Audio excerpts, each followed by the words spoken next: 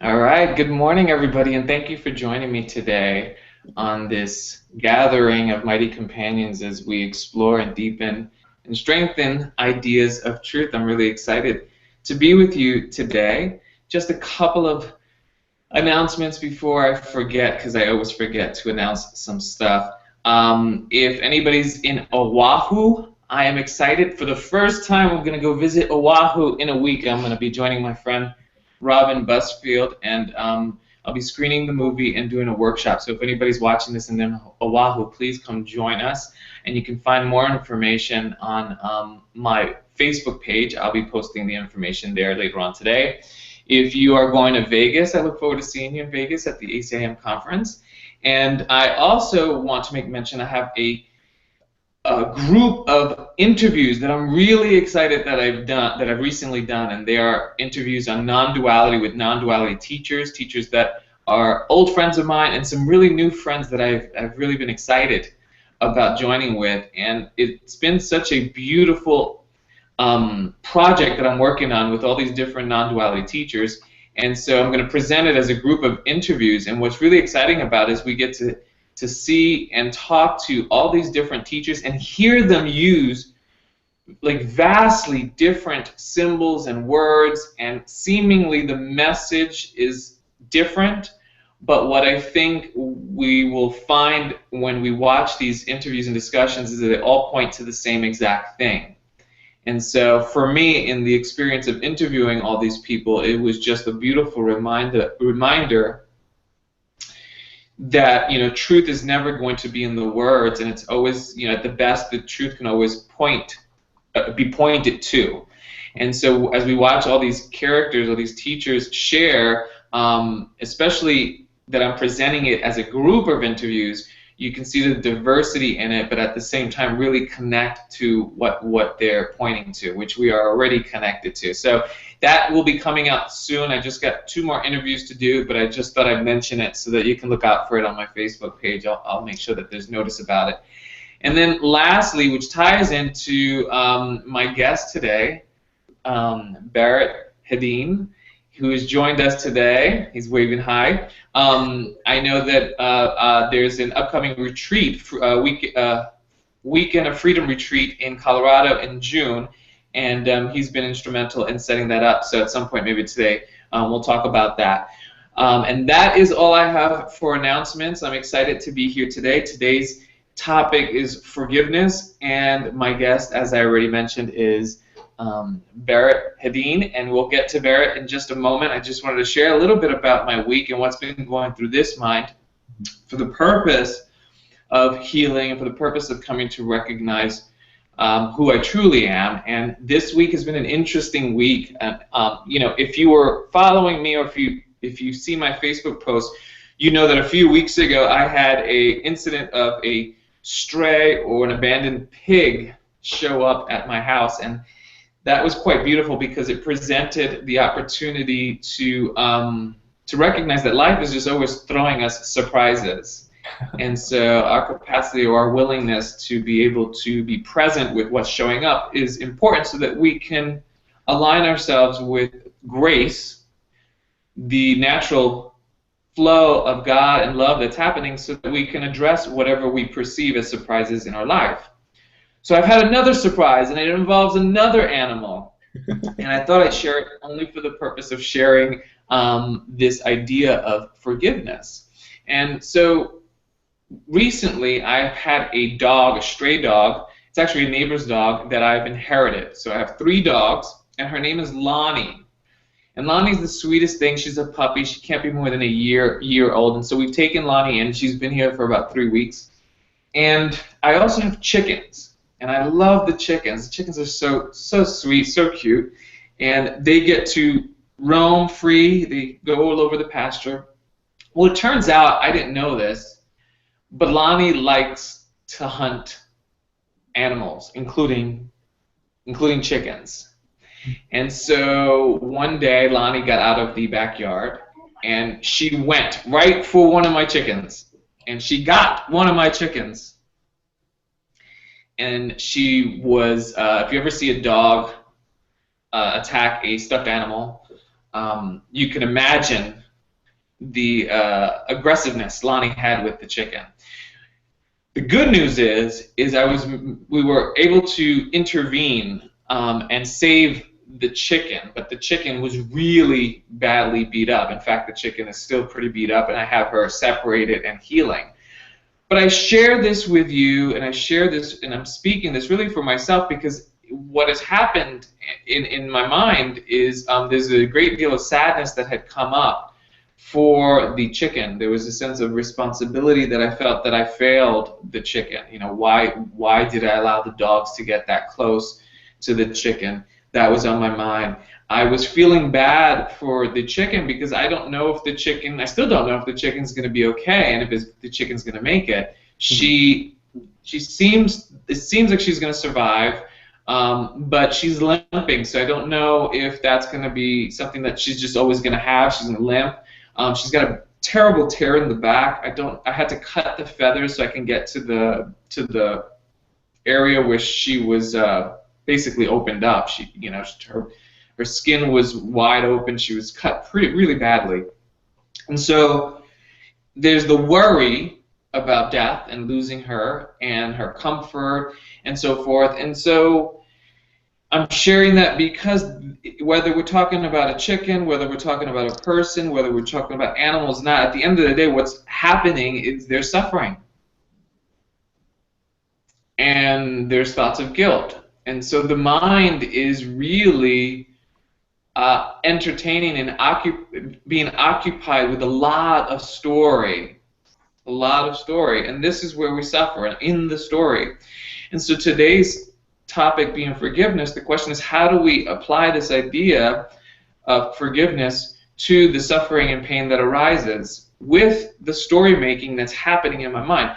Because the reality is, it isn't the attack or the seeming attack that happened, or her being in the cage right now healing, that is cause of my suffering. My suffering is caused by the story in my mind that says I'm guilty, with the story in the mind that says that death is real, with the story in the mind that says things could have been differently. Mm-hmm. So that's where the suffering is. And so the question is, well, how do I apply forgiveness in this situation so that I can recognize the truth of what I am, which is peace, love, and joy? And that seems to be obscured when the attention is on this story. And so when I think about forgiveness, I'm reminded of forgiveness as it's taught in A Course in Miracles.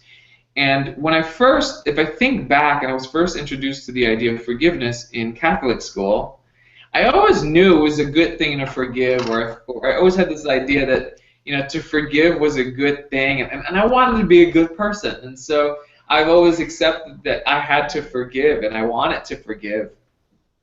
And I think a lot of us come into the understanding of forgiveness as something similar, something good to do, a way or a means of pardoning a sin. And so what the Course is basically teaching us is that, in fact, it's much deeper than that, and it's not pardoning the sin, but rather it's recognizing that the sin never occurred, that it never happened. And so this is where the rubber meets the road, because as I share about the story that's in my mind causing me all this suffering, it's hard to deny that story's there. And what the Course is saying is that it did not happen. So what is it that did not happen? Well, what did not happen is this idea of me being separate from the situation. In other words, when I think about this situation with my chicken, the guilt, I seem to have this idea that I was responsible and that I could have done something differently. So what did not happen is that there was actually a separate entity from the whole that had any control, that I can somehow be separate from what is flowing. So this isn't about stopping life and saying, you can't do that, you can't hurt my chicken. This is about recognizing that life is always going to do what it's going to do, and the story for which wants to narrate what life is doing is what did not happen. That is the illusion. The illusion is my mind. And so forgiveness now has been more about a willingness to be wrong about the story that I have in my mind. So can I be wrong about what's happening in my mind? Now, I also recognize that I really can't, Craig or the separate self-concept can't really do the forgiving. Holy Spirit does the forgiving, right? So there's something beyond my separate self-concept that is to take care of it. My part here is just to be willing to be wrong about what's in my mind. And so if I'm wrong with what's in my mind, if I'm wrong with what's in my mind, then I'm only left with what is. I'm only left with what's in front of me. And so with what's in front of me, I'm responding simply to the chicken as the chicken is today, which is to keep her separate, nurse her, feed her, make sure the water's there, let her stretch her legs. And so now I'm living. I'm now with life in whatever's being called for. And in this case, it seems to, in reality, what's all that's being called for right now is I'm here speaking. That's really what's happening. But in terms of the chicken, what's really happening is there's this joining, there's this participation in life. And so forgiveness for me in my experience right now is simply coming back, being willing to be wrong about all the stories in the mind and coming back to what's happening, which is life. And that life is always happening, and life can never be lost, and life can never be separate, and life is easy when we are with it, when we are not moving ahead of it. I often think of the analogy of walking the dog. I used to have these Jack Russell Terriers when I lived in New York, and they would always pull ahead, and so it's constantly pulled ahead, or they won't move, so I'm like dragging. So there's an experience for which there isn't a jumping ahead where the story is trying to figure out, okay, what's going to happen to the chicken? Is the chicken going to survive? That's pulling on the leash. Being right here is simply responding in each and every moment, trusting that I'm being led or guided to respond or do whatever needs to be done. I'm not ignoring it either. So I'm not, I'm not like holding back on the leash. I'm not ignoring it. I'm not saying, "Ooh, I can't look at blood," or I can't, I'm not. That's not happening either. It's simply a presence. And in the presence is really where salvation is. This is it. This is where salvation is. It's honoring and seeing only what's real. Of Course in Miracles says nothing real can be threatened, nothing unreal exists. So the Course is making a distinction between the real and the unreal. And the Course also makes it very clear that the unreal is always in perception. Always in perception. Why? Because perception is unstable, it's not reliable, it's not fact, and it's always subject to interpretation. So I can't rely on my stories because they are always subject to interpretation. They are a result of interpretation. Someone could have the same exact experience and reinterpret it in a completely different way. They may decide they want chicken for dinner, and they don't want the chicken to suffer, and have a chicken meal and not think twice about it. I'm not suggesting that there's a right or wrong way to look at it or interpret it. All I'm saying is that there are multiple ways of interpretation, none of which is reality. And so the only thing that's real is right here, is this. It's the immediacy of salvation. And that's what we want when we're in the midst of our stories. It's like, oh, wait, I've just slipped into this hypnotic trance, and in this mental dream, if you will, I was lost in another reality. What's now? Where's the mind now? Where's the mind living now? Is it in story, or is it in experience, in the recognition of content?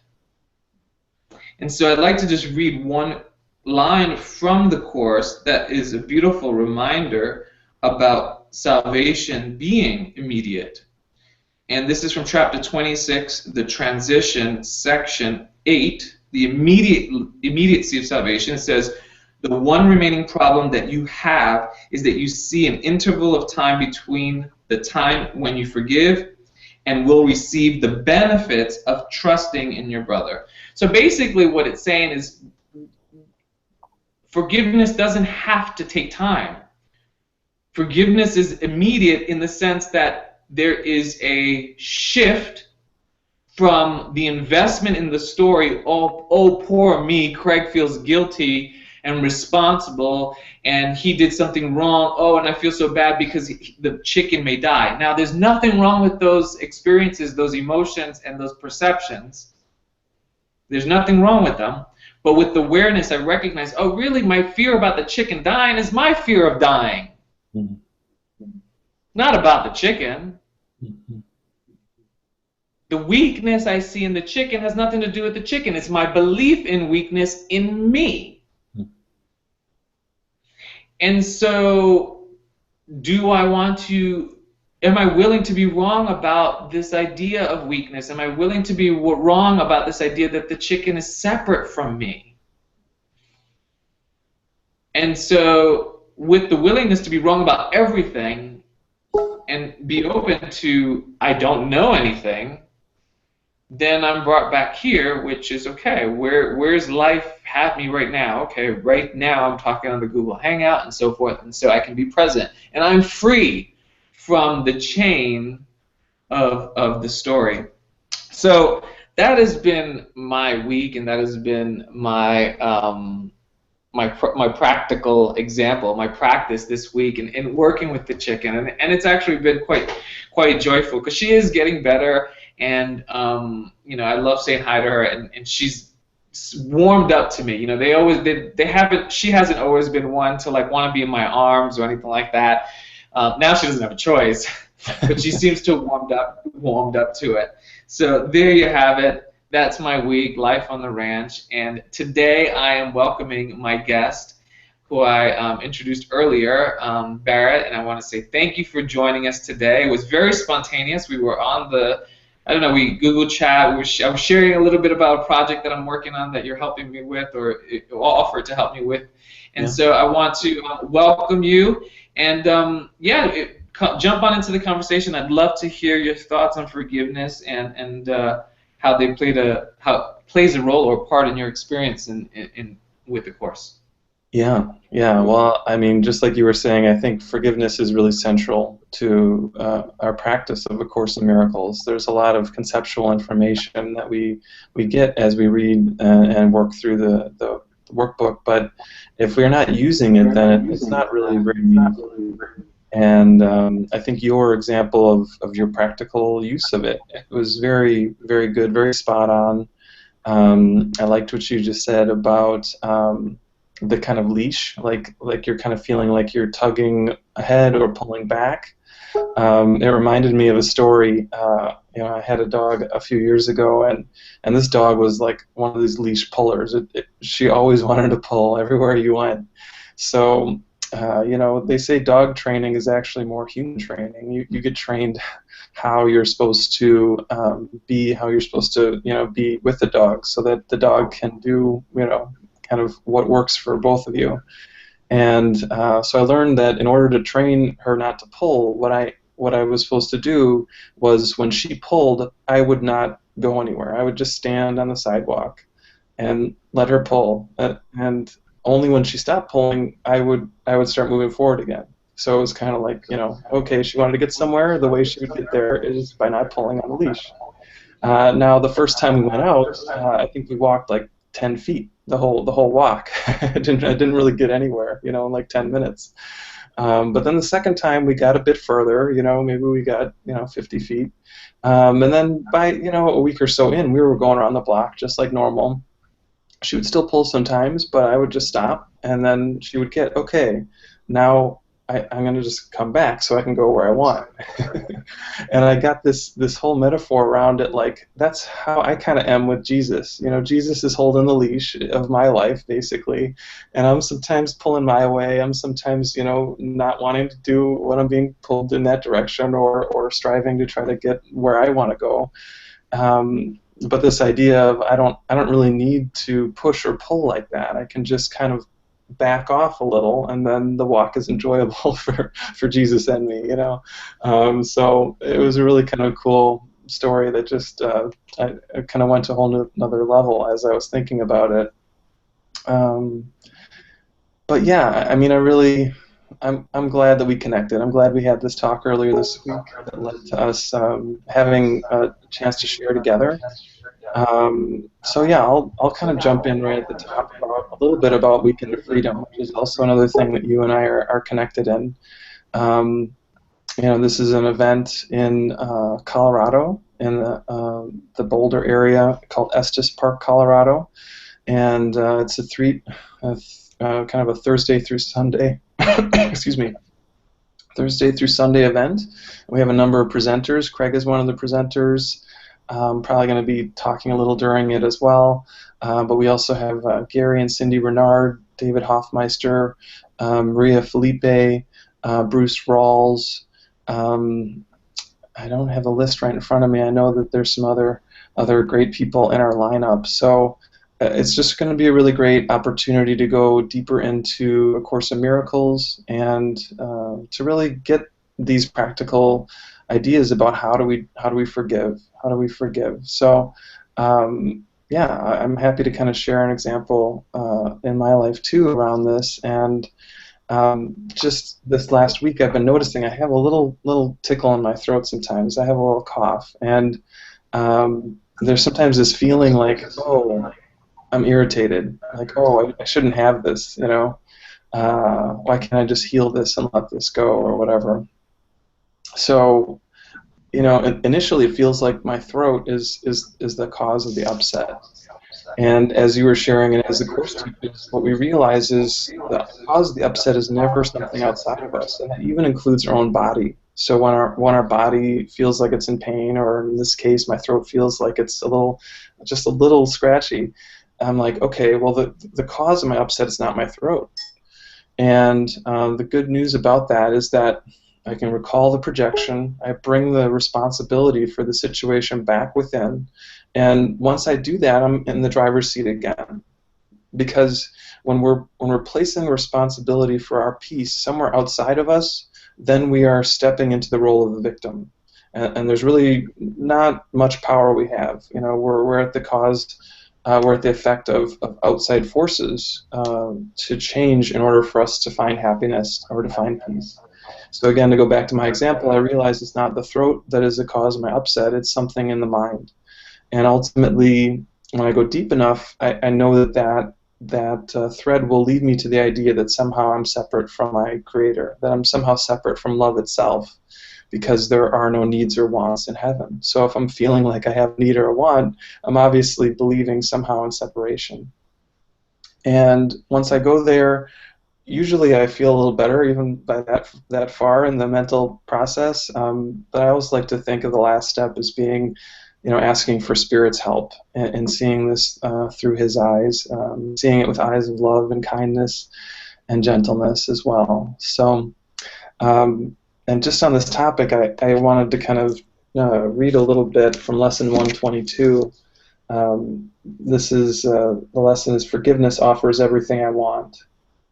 So I'm just going to read kind of a couple little segments in here. Forgiveness sparkles on your eyes as you awake and gives you joy with which to meet the day. It soothes your forehead while you sleep and rests upon your eyelids so you see no dreams of fear and evil, malice and attack. And when you wake again, it offers you another day of happiness and peace. All this forgiveness offers you, and more. Forgiveness lets the veil be lifted up that hides the face of Christ from those who look with unforgiving eyes upon the world. It lets you recognize the Son of God and clears your memory of all dead thoughts so that remembrance of your Father can arise across the threshold of your mind. So those are pretty nice promises that Jesus makes to us. So yeah, that was a good kind of just starting point, I think, and I'm really just enjoying this conversation. Beautiful. Yeah. I love what you shared, and I love the example of an ailment. You know, we all get seemingly caught up in either a bruise or a throat or a fever or sometimes even seemingly more extreme in this experience. So I like the use of that because I think all of us can relate to the upset that may occur or arise when we get sick. And we think it's the sickness that is upsetting us. And we also, and I speak from my own experience, I know for a long time I was consumed with the idea of having to be the one to fix the ailment. So I needed to, you know, heal myself, if you will, from the ailment. And really what this is calling for is a healing of in the mind, not of the ailment. It's not about healing the body, but healing the mind that thinks it's a body.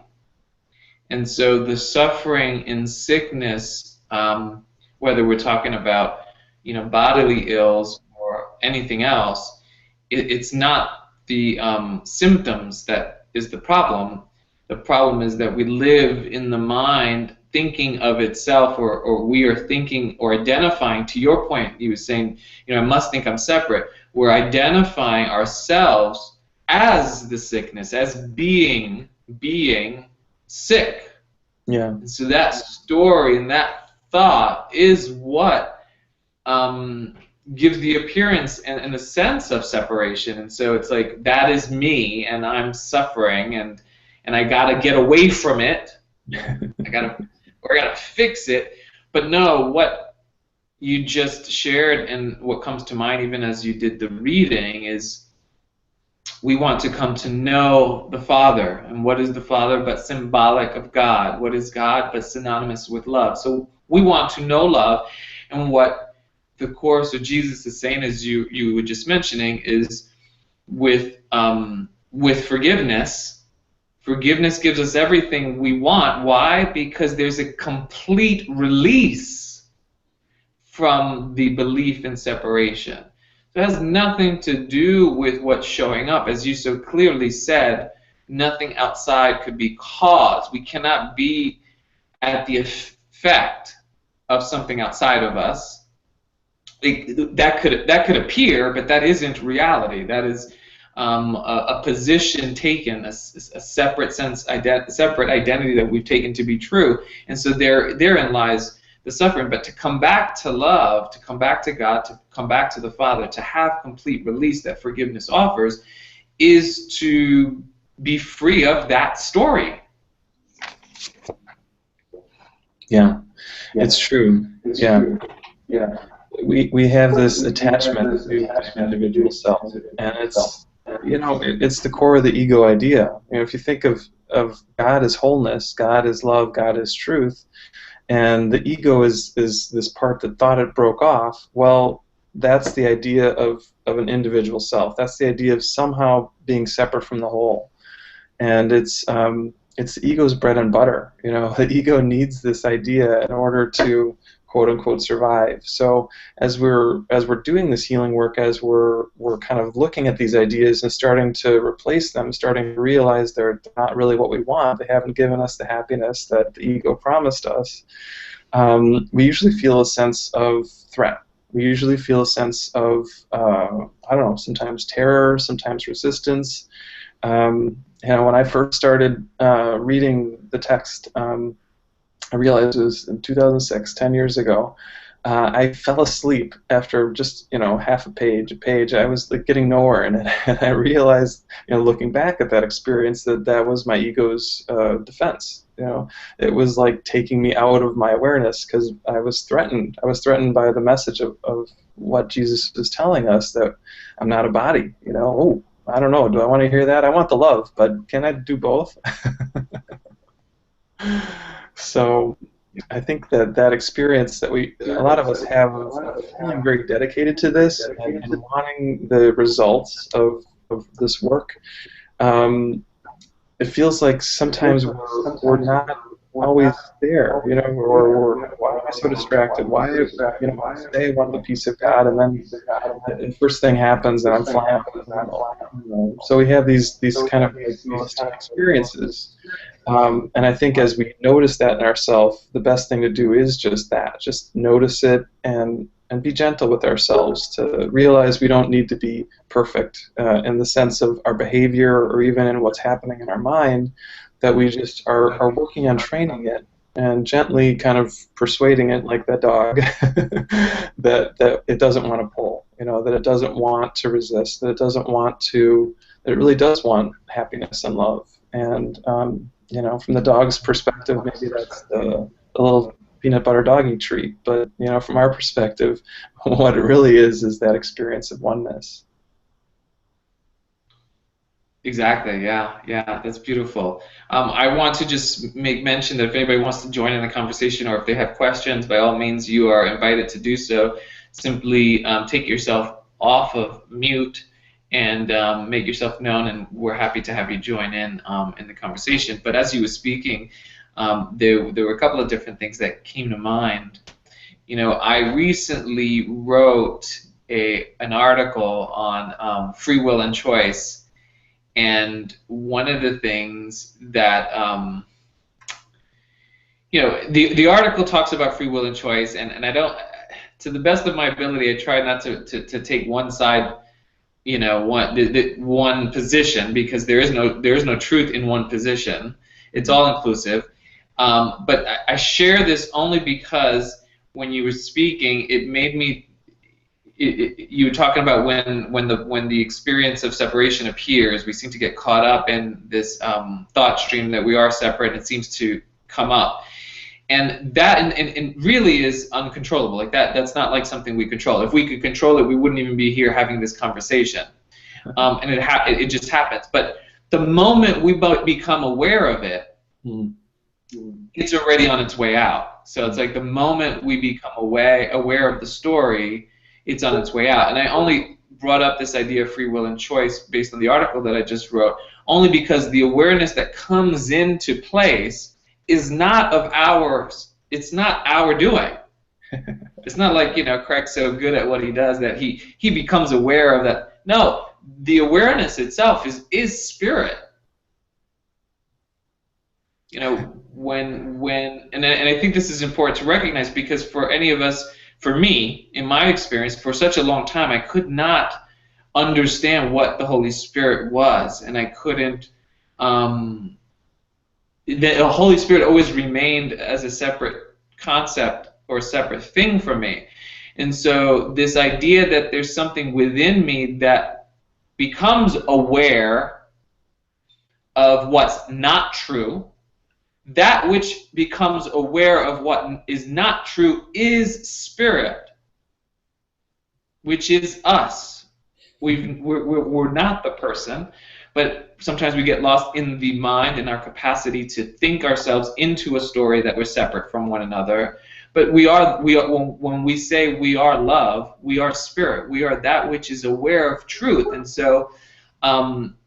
You know, it's not of our doing, so it's not like, you know, we have to feel this sense of responsibility of trying to take these things on. Our responsibility is simply to accept the atonement, which is to accept the correction of mind, which is already happening once we recognize that our mind has gotten into a story. And I think, I mean, I don't know, I think it's true that most of us become aware of our stories, and then the question is, are we holding on to this? Mm-hmm. Or, you know, and that's where the willingness and the practical application comes into play. Yeah, it's a good point. I think that, I kind of like liken it to like stepping back. Like we step back on our life. We step back and we realize it doesn't, it doesn't have the intensity that it seemed to. And we start to kind of become the observer or the witness. I use the idea that we're kind of moving through our life as though it's a waking meditation. And as we do that, it really changes our experience. We don't react so quickly. We don't have these knee-jerk kind of responses to what's happening, and we can kind of tap into that wellspring of love that's within us more regularly, regardless of what's happening. And I wouldn't say I'm there all the time. I'm definitely still in process, but I think what happens is we start shortening the length of time that we stay stuck in that old pattern. So yeah, I really like what you're sharing there, Craig. Yeah, you made me think of something I wrote in that same article, which is, the Course is so. I think the Course is brilliant because it uses what the ego believes in to undo the ego from, or to dissolve the ego. So this idea of choice and choosing, in my article, I really suggest that there is no free will in choice. That doesn't mean that choice and decision doesn't appear in our experience. It does. And so we get to use choice and decision, believing in it, according to the way the Course is recommending, which is to choose alongside the Holy Spirit or to choose alongside love. And so what the genius of the Course is here it's asking us to choose with love, which is really to choose with what's all-encompassing, right? Or to choose with the Holy Spirit, which is to choose with the whole, or wholesomeness. And so what's happening is, to your point, is every time we pause to choose with love, to contemplate, to invite love, to invite the wholeness, to invite spirit, which can recognize between what's true and what's not. So we pause, we invite this sense of wholeness. Really what's happening is we are withdrawing the self-concept constantly. Every time we are willing to choose with the whole, which really means to pause and kind of like reset myself with what's happening, kind of like even with the chicken story that I shared. It's like I'm withdrawing Craig, the person's investment in what's happening, and allowing. It's again going back to the analogy of the puppy. We're not pulling on the leash. We're coming back, and through this repetition of basically saying I'm stepping out, I'm getting out, I'm getting out, the identification begins to shift from this separate self to I'm getting out, I'm letting something else, to now to this something else, which isn't really a something else. It's really all that there is, which is love. And through the repetition of that, now I get to witness love itself, or the whole, everything that's working with me. I get to witness grace do its thing. But I can't witness grace doing its thing until I get myself out of the way. Otherwise, I will perpetuate this idea that I'm authoring my life, I'm in charge of my life, I'm the one who decides. And we all know where that leads. That always leads to disappointments, it leads to suffering, and it leads to struggle, working against life itself, as opposed to witnessing that, wait a second, I am part of everything, which means no decision am I making alone. Every decision I'm making with the cosmos. So I'm supported with the cosmos. The universe itself is supporting me and moving with me and through me in everything that I do. I don't have to take care of myself. Instead, I can be taken care of. And everything, I can witness that everything works for good. There are no exceptions. Only in the ego's only from the ego's point of view can there be an exception. And so what the Course is, those Course lines can become generalized, the lessons can be generalized and experienced, not just intellectual knowledge, as we train our mind, or as the mind is being trained to step back. That's what it means to step back. Let go and let God. Like, what does that mean? Well, it means all personal investment is relinquished. We're willing to relinquish all personal investments so that God, whatever that is, whatever that means or whatever that is, we can become witness to something bigger than us unfolding in life. And as we recognize we are part of that, we can't but experience what that is, which is life, which is love, which is wholeness, which is, I forgot the words that you used, the fountain of, what did you say, fountain of joy? I can't remember, but I thought it was kind of cool. Wellspring, maybe? Yeah. Yeah, wellspring. I had this image of something splashing. Yes, the cup overfloweth, right? So I really am vibing with what you're saying, and I think that that this idea that we can step into it, and it is a choice, and kind of going back to what you were sharing initially about these experiences we have that don't seem to be in alignment with the flow. When the chicken is being attacked, when you're dealing with the injury to it, and as you were talking about, really the fear of the death of the chicken being ultimately your own fear of death. And there's some really nice deep stuff here in the Course about death, obviously. Jesus says very plainly there is no death. So, that's one of these very short sentences you can't misinterpret.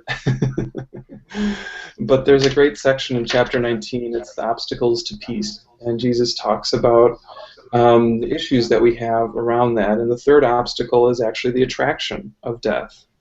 And I'm going to read a little bit of that section here because I think it just fits right well. All right. Death, were it true, would be the final and complete disruption of communication, which is the ego's goal. So the ego wants us to believe that separation is possible. The ego wants us to believe that communication can be disrupted.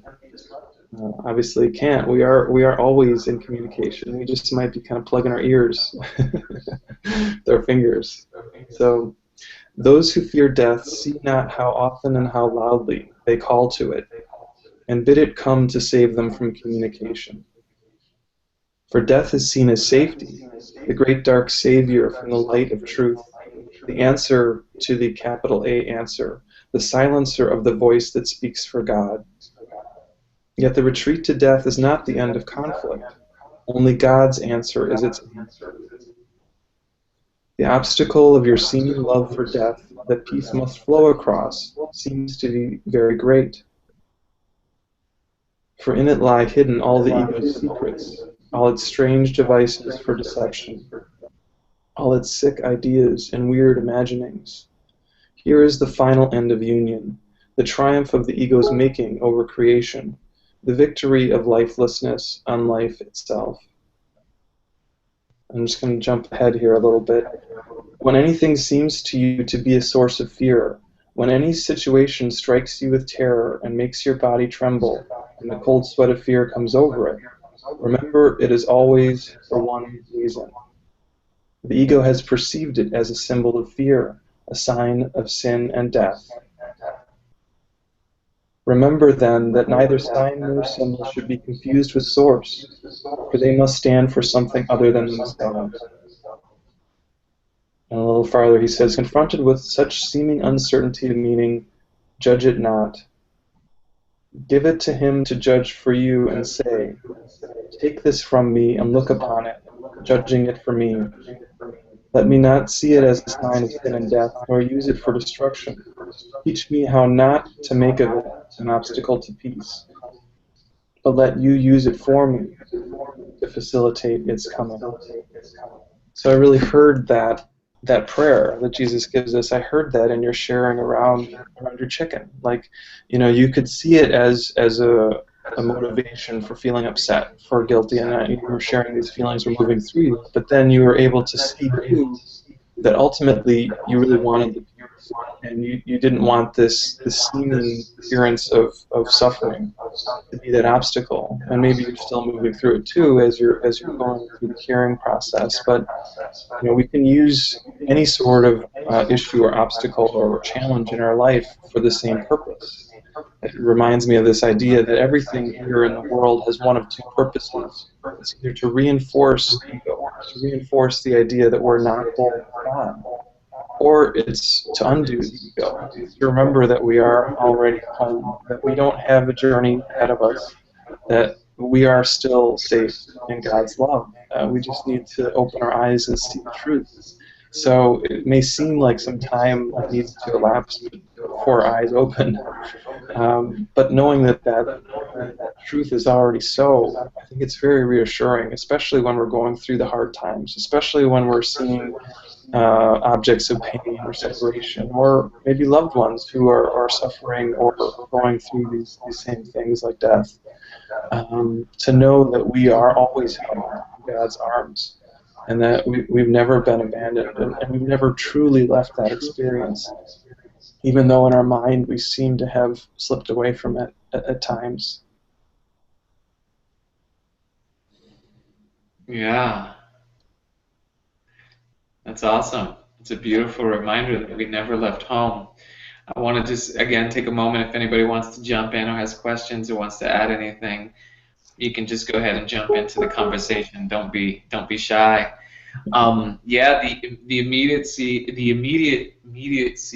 of what you're pointing to and the recognition that we haven't left home is a reminder that no matter what is happening, no matter what is appearing in form, what the body's eyes are reporting, regardless, it is always just thoughts and the belief in separation that are seemingly obscuring or obscuring the recognition that we are home, we are here, we are joy, we are the wholeness. This is it. This is here, and it's for the choosing or the asking.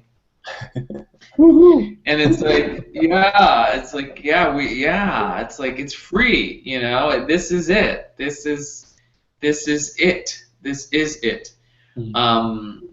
And there's the fact that it seems like we get caught up, or there's an attraction to this separate self-identity. Isn't anything to be guilty for, too. I think it's important to recognize that we're not guilty of losing it or having an experience where we get lost in our thoughts. It's not about that either. That's another way of the ego sneaking into the back door. It is simply a willingness to accept that we have not left home, and that's it. And let the Holy Spirit do what it's going to do. It's, once we are willing to be wrong about our story, once we are willing to accept the truth that we have not left home, then everything that's to be done will be done and is done and has already been done by God. We don't need to wait on it. Yeah. Yeah, it evokes the title of the section, Journey Without Distance. It seems in this sort of linear experience we're having that, okay, well, I'm not in peace all the time, so I've got more work to do. I've got to, peel back more layers of the onion. But we're not going anywhere. We don't really have anything real to do. I mean, it obviously is our work here in this world of form and time, but it's not like we need to gain something we don't have. We're already full. We're already complete. We're already whole. So it's just a realization. It's just a coming to know what's already true. There's nothing defective about any of us that needs fixing, and I think that's just such a relief. Yeah, I want to just share. There's a text that came in, and it reads, "Communication of love, extension of love continues." And just to go back to what you were saying about, we never left home. The communication has never stopped. This communication goes on forever, and it's not. It is really the heart. What that means is really the heart of relationship and communing. It has nothing to do with words. It has nothing to do with translation. It is really coming into the direct experience of our infiniteness. And we all can recognize it. We being here and simply just being, there is a definitionlessness to awareness. I can't even say our awareness because it doesn't belong to anybody. It's just awareness, and it's not even awareness of anything in particular. It is the freedom and simply the recognition of the definitionlessness that exists. That is really all we can say is real. And that never leaves. That never leaves. It's always with us. Therein lies the portal home. Yeah. Yeah. I was at this really nice meditation last night, led here in the Chicago area, spiritual teacher, and I had this experience during the process. I felt like I reached out my hand and I grasped the hand of an angel, and it was like more solid than anything I'd ever felt, and it was like this sense of like being with love, and it was very reassuring, very peaceful, very joyful. I mean, my eyes were watering because it was just so intense an experience. And as the meditation ended, what happened is the hands didn't ever unclench, and I realized that they never would, they never will, because that connection is always there. It's what we're talking about. There is no absence of love. And as I thought about it again today a little bit more, I realized that the clasping never began either. I mean, in that image I had, it seemed to start at a certain time, but no, that clasping, that oneness with love, it doesn't have a start or a stop. It doesn't ever end or start. You know, there's no time where it's not. There's no part of wholeness that is not aware, that is not in that oneness. Again, sometimes there's sort of like a cloud that seems to veil our experience of that, but it never stops. That clasping never lets go. So that it just fit right in with what we're talking about. Yeah, and I love you brought up this idea that there was no beginning, and this is because even when we talk about, you know, when I was talking about the chicken and my fear of the death and so forth, in order to have a fear of death, you have to actually believe that there was something born or something that there was a start. But when we go back to direct experience, if we within ourselves ask ourselves, when did we start? You really can't have a direct experience of that because we always were, as is and has been everything in love.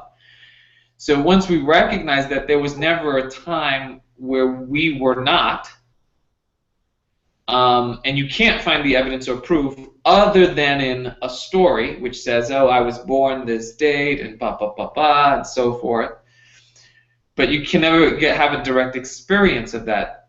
And so with that awareness, it reminds me that you can't have an experience of death either. That would be an impossibility. Just as much as it's impossible to have a direct experience of birth. You can have a story about birth. You can say, oh, I have these memories, or I have these, but it is not a direct experience. And so the scope of what and who we are just completely widens when we recognize that there was no beginning and there's no ending. And so what's left? Well, when all the stories are gone, right? When all the stories are gone, when all the images are gone, the ideas of bodies, all of that is gone. What is left but content? And that's all there is content. What is content but love? That's it.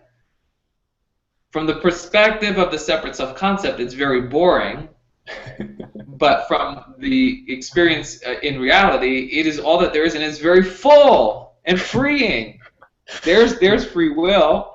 You could say that we are content with content. Yeah, we can.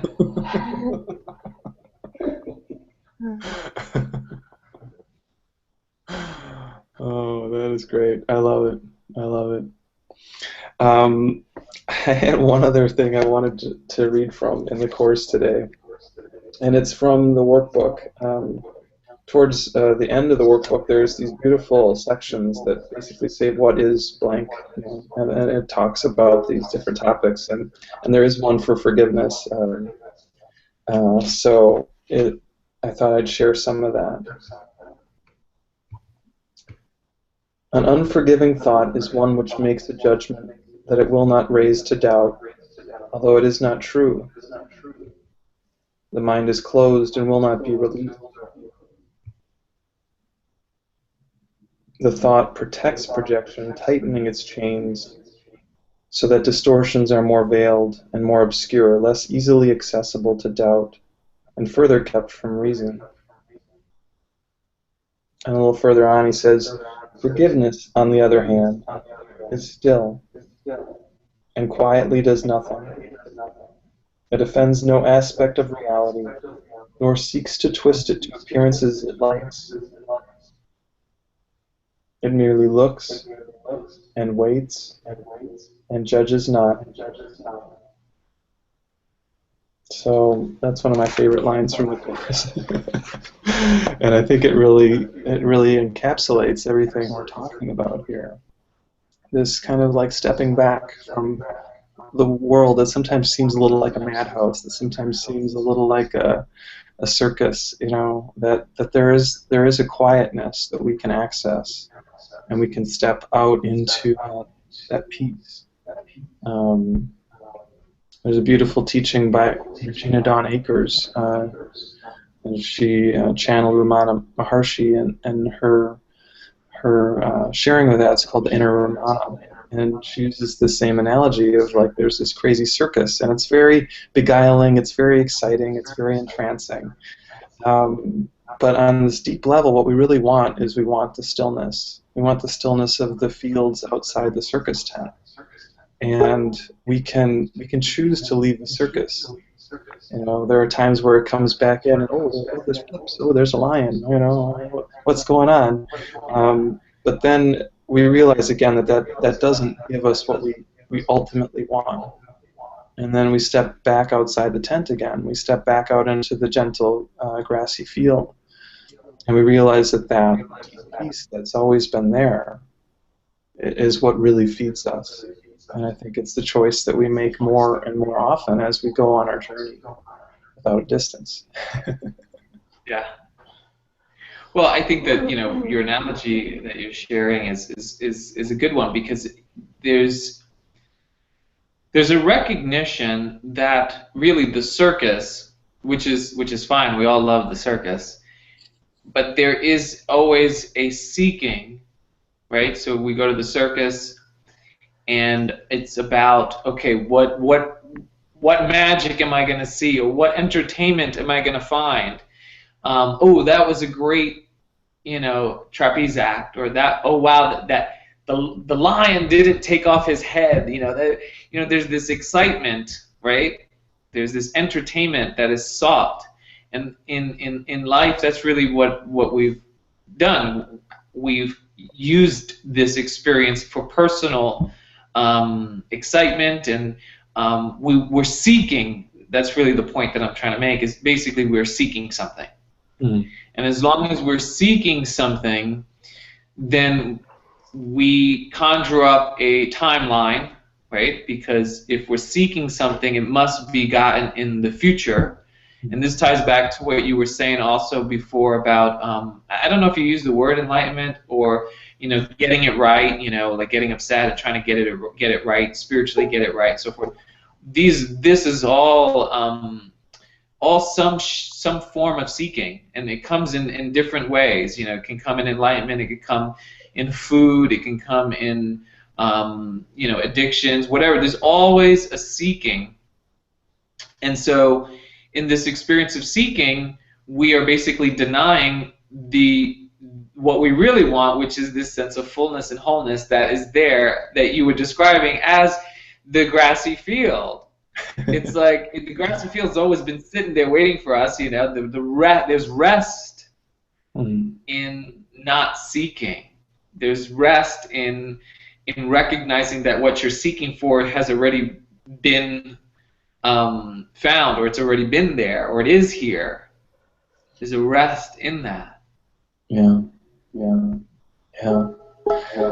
Yeah, and I think at some point we all get tired of we get tired of the busyness. We get tired of more that shows up for us. Obviously, Helen and Bill had that experience when, Bill said to Helen, there must be another way.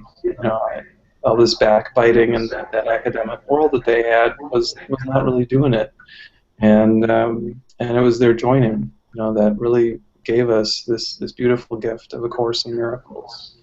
And I think it's a little bit of a challenge too. It's a challenge to all of us to look at those parts in our life that embody that busyness, and to sort of ask ourselves, what am I getting from this? Is this really eating me on the deepest level?